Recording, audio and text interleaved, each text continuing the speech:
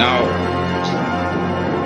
there really isn't anything radically wrong with being sick or with dying.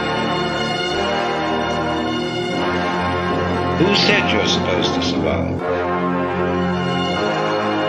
Who gave you the idea that it's a gas to go on and on and on? And we can't say that it's a good thing for everything to go on living. A very simple demonstration that if we enable everybody to go on living, we overcrowd ourselves.